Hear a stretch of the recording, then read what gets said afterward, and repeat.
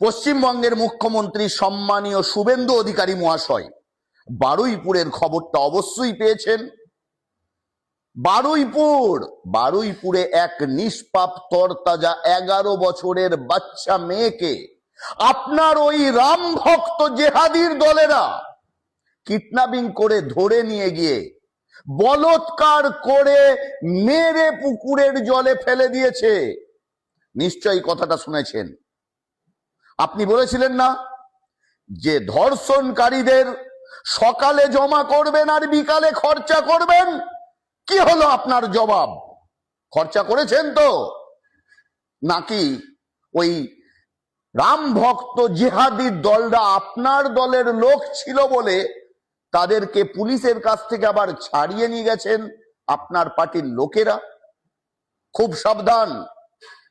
বলৎকার হচ্ছে সমাজের সব থেকে খতরনাক ভাইরাস, আর আপনি যদি এগুলোকে প্রশ্রয় দেন তাহলে সাধারণ মানুষ কিন্তু মেনে নেবে না।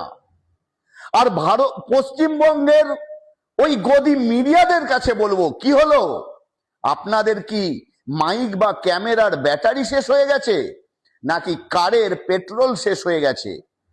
যদি এই জায়গায় ওই ধর্ষিতা মেয়েটা মুসলিম না হয়ে হিন্দু হতো, আর ধর্ষকরা হিন্দু না হয়ে মুসলিম হতো, তাহলে এখন পশ্চিম বাংলার আকাশে বাতাসে কেবলমাত্র আপনাদের আওয়াজ পাওয়া যেত। আজকে কেন পাওয়া যাচ্ছে না? এই খেলা বেশি দিন চলবে না। তাই বলছি, আপনারা ন্যায্য পথে চলুন। যেমন আপনারা বলেন সবকা সাথ সবকা বিকাশ, সুতরাং সেই কথার উপরে আপনারা থাকুন। নচেত বাংলার মানুষ যেদিন জেগে উঠবে সেদিন আপনার ওই গুন্ডা দমন আইনও পুরো কাজে লাগবে না, যদি প্রকৃত গুন্ডাদের ওই আইন সাজা দিতে না পারে। সমস্ত পশ্চিমবঙ্গবাসীর কাছে আমি অনুরোধ করব,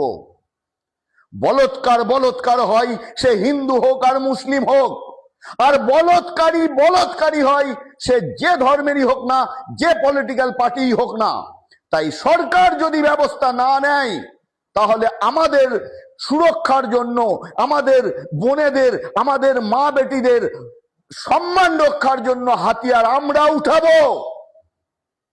স্পষ্ট কথা বললাম, এখনো বলছি, সময় আছে।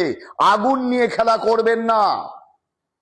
দোষীদেরকে উপযুক্ত শাস্তি দেন, যদি না হয় সময়টা ভালো যাবে না। এই ভিডিওকে বাংলার শুয়ে থাকা মানুষদের জাগানোর জন্য বেশি বেশি করে শেয়ার করবেন।